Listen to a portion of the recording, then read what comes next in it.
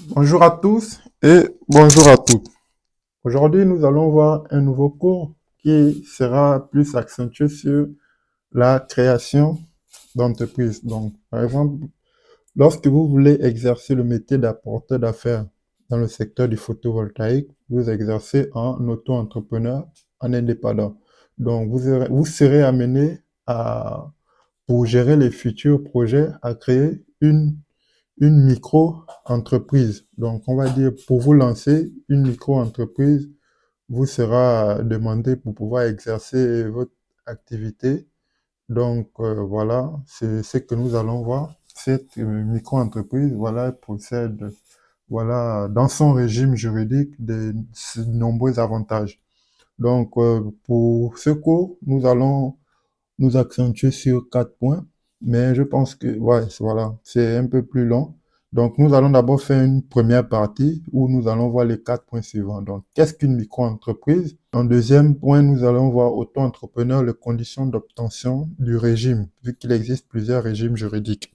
Les principales aides d'un auto-entrepreneur et l'auto-entrepreneur, le régime fiscal.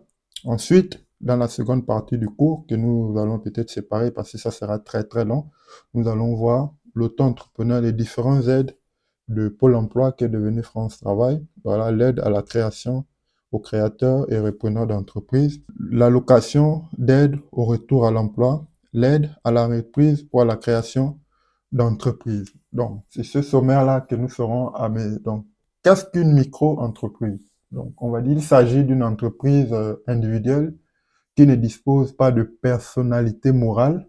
Voilà, c'est le statut juridique d'un auto-entrepreneur.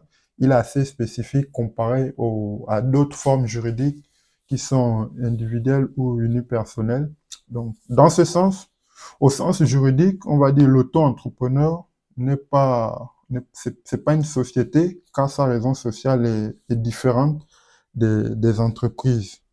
Donc, il faut noter que depuis le 16 janvier, non, le 1er janvier, excusez-moi, le 1er janvier 2016, le statut d'auto-entreprise s'est aligné à celui de micro-entreprise. Donc, pour être un peu plus précis, il faudra opposer, par exemple, le statut d'auto-entrepreneur à d'autres, par exemple, c'est la SAS, à d'autres, par exemple, qui sont les URL ou les SASU, qui sont les sociétés à responsabilité simplifiée unipersonnelle. Donc, ce sont d'autres types de sociétés, mais qui sont plus individuelles. Donc, c'est un peu ça, elles sont différentes de micro-entreprises de type SAS. Donc, sur le plan des avantages, donc, une micro-entreprise a certains avantages. Par exemple, là, vous avez l'absence de dépôt d'un capital social. Par exemple, quand vous démarrez, si on vous demande un capital, ça peut être très, très lourd.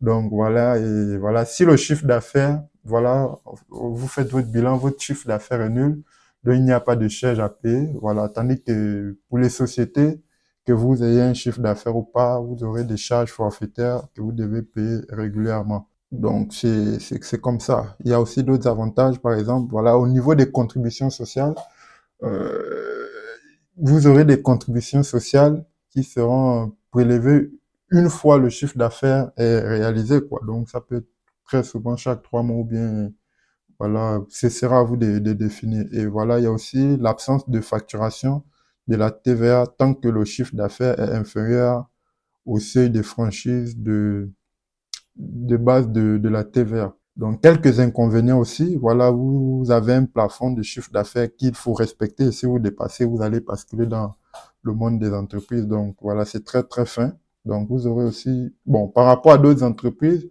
vu que votre statut juridique, quand même, il est très, très faible. Donc, voilà, il y aura un manque de crédibilité par rapport à d'autres sociétés, quoi. Donc, voilà, c'est tout ça. Donc, maintenant, l'auto-entrepreneur, les conditions d'obtention du régime. Donc, on a dit qu'il y avait plusieurs régimes juridiques. Donc, devenir auto-entrepreneur, c'est relativement simple. C'est simple. Même un étudiant, tout le monde peut le faire en ligne. Donc, c'est relativement simple puisque les conditions pour obtenir le statut juridique sont maintenant allégées. Donc, toute personne peut bénéficier d'un statut sur certaines conditions. Voilà, il faut être une personne physique, avoir une entreprise individuelle qui existe déjà ou tout simplement la créer.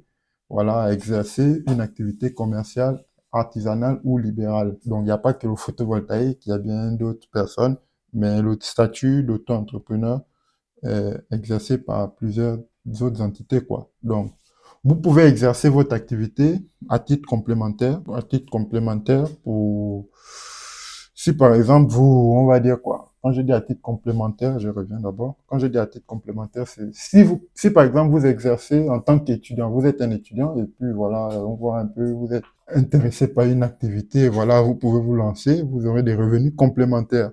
Mais voilà, la principale, il faut principalement créer. Il faut créer d'abord l'entreprise.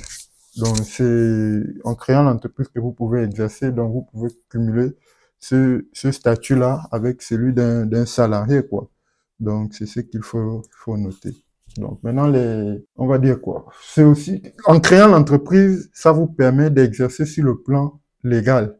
Donc, ce sont les mêmes démarches d'un auto-entrepreneur ou bien de ceux qui créent l'entreprise. Donc, pour un étudiant, c'est pas différent d'un auto-entrepreneur, quoi. Un étudiant peut être un auto-entrepreneur, donc il va exercer les mêmes démarches. Ce sont des démarches qui sont simples, comme je disais.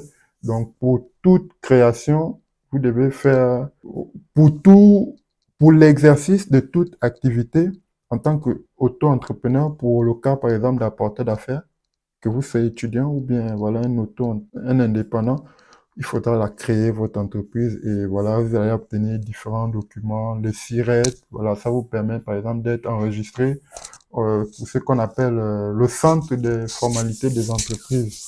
Bon, voilà, c'est dans différentes régions, il y en a qui sont compétentes pour ça, quoi. Donc là, nous allons voir les principales aides d'un auto-entrepreneur.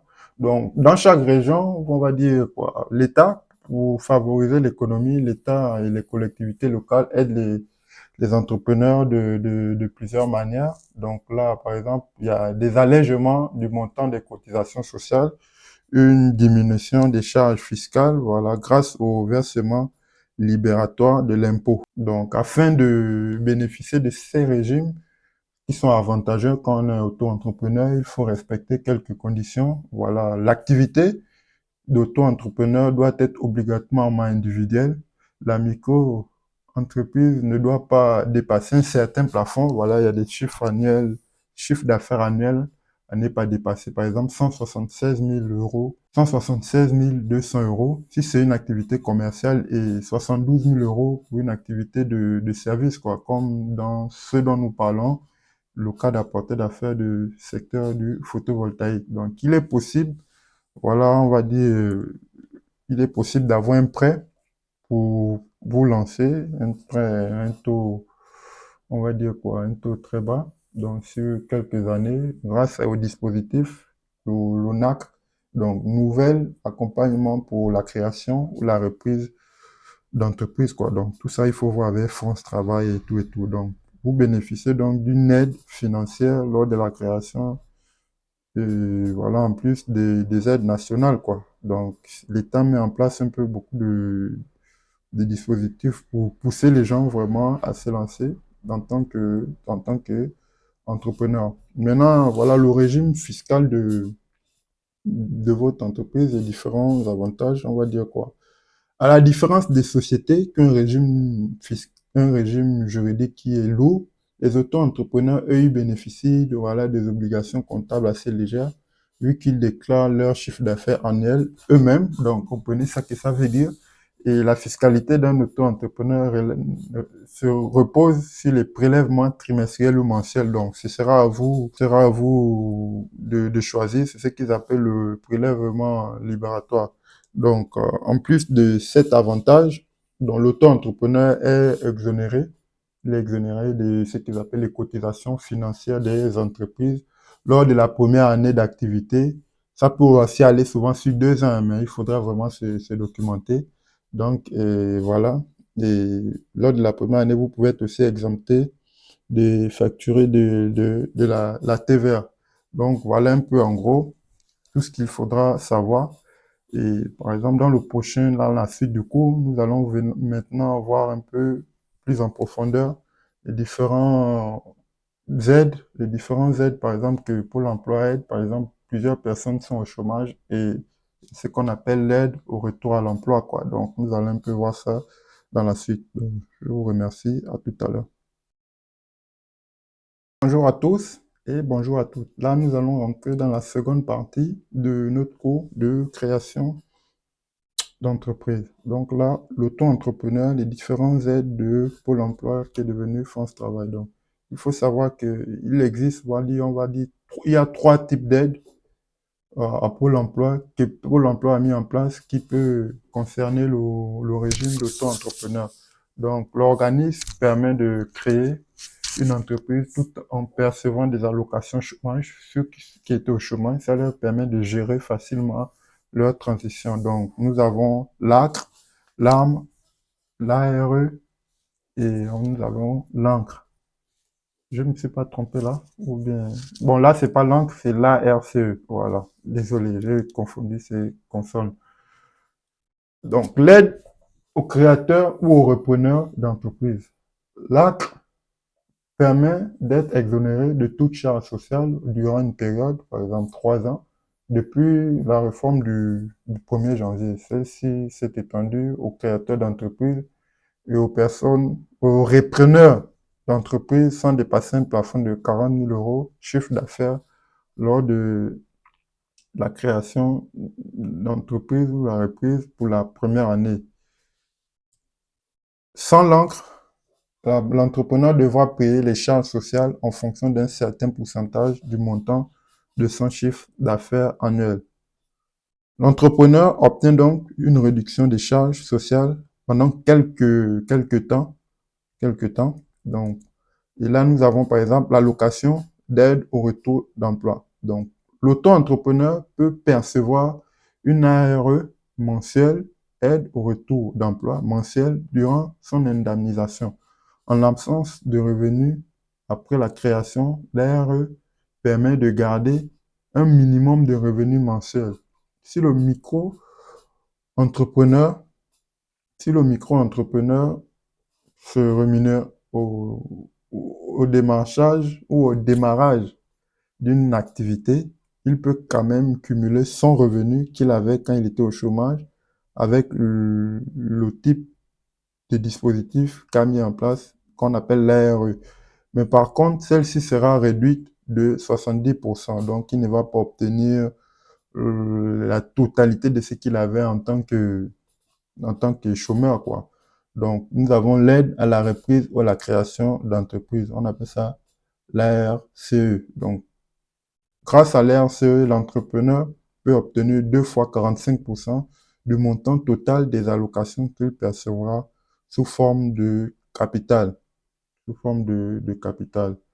Donc, le premier pourcentage se fait lors de l'immatriculation de sa micro-entreprise et, pardon, l'immatriculation de sa micro-entreprise au RCS ou au régime des mutuelles. Le deuxième pourcentage se fait plus tard, lorsque plusieurs mois après le début de l'activité. Donc, grâce à ces versements, l'entrepreneur peut financer son activité puisque celle-ci demande beaucoup d'investissements financiers au début. Donc, attention, pour bénéficier de la RCE, il faut préalablement avoir eu une LAC.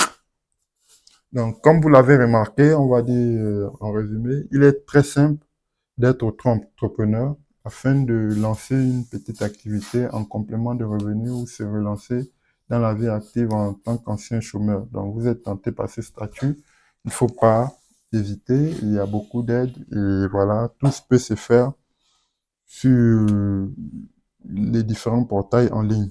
Bon, maintenant là, j'aimerais, de ce que j'ai quand même pu lire, parler un peu. Donc, en tant que auto-entrepreneur, donc il existe plusieurs démarches à effectuer lorsqu'on veut créer son entreprise. Donc la première entreprise, c'est, voilà, ça se fait, il y a des démarches à faire auprès de l'URSSAF. Donc il y a ce qu'on appelle le guichet des entreprises aussi. Donc vous pouvez ouvrir votre société là-bas. Donc ben, si vous ne pouvez pas le faire en ligne là-bas, ça c'est les dispositifs qui existent, hein, voilà, auto-entrepreneur URSSAF, vous écrivez ça en ligne, ça existe, ou guichet entreprise, ça existe également. C'est en ligne. Maintenant, lorsque vous ne pouvez pas l'effectuer, tout ce qui est paperasse vous fatigue un peu. Donc, il y a ce qu'on appelle Legal Place, ou il y a aussi Dux. J'ai vu ça un peu dans mes différentes recherches, ou Legal Start. Donc, ce sont des démarches ou des entreprises, des SAS qui proposent des services. Ils effectuent ça à votre place en ligne. Donc, voilà, ils pourront faire toutes les démarches de création des SAS. Donc, voilà, ils vont vous demander quoi comme document. Il n'y a pas trop de documents à demander. Ils vont vous demander, par exemple, le numéro de sécurité sociale. Et après, ils vont vous demander quoi? Vos pièces d'identité. Et le dernier document, voilà, là où vous êtes hébergé. Donc ça, c'est ce que je sais. Mais comme astuce aussi, il faut vraiment vous rapprocher des comptables pour avoir vraiment des informations. Parce qu'ils ont beaucoup d'astuces là-bas et de conseils. Donc, il faut vraiment vous rapprocher d'eux. Ça sert à rien de faire vous-même, quoi. Vous allez peut-être faire beaucoup d'erreurs. Donc, pour créer une SAS, même si c'est payant, rapprochez-vous d'un expert comptable et surtout, il pourra aussi vous conseiller les différentes modalités, les différents régimes juridiques à choisir. Donc, moi, ce que j'ai pu dire dans ce cours, c'est par rapport à ce que j'ai lu. Donc, voilà. Donc, n'hésitez pas, pour créer votre SAS, rapprochez-vous d'un expert comptable. Il va vous donner les différentes modalités. Maintenant, après avoir pris l'ensemble des informations, vous allez filtrer.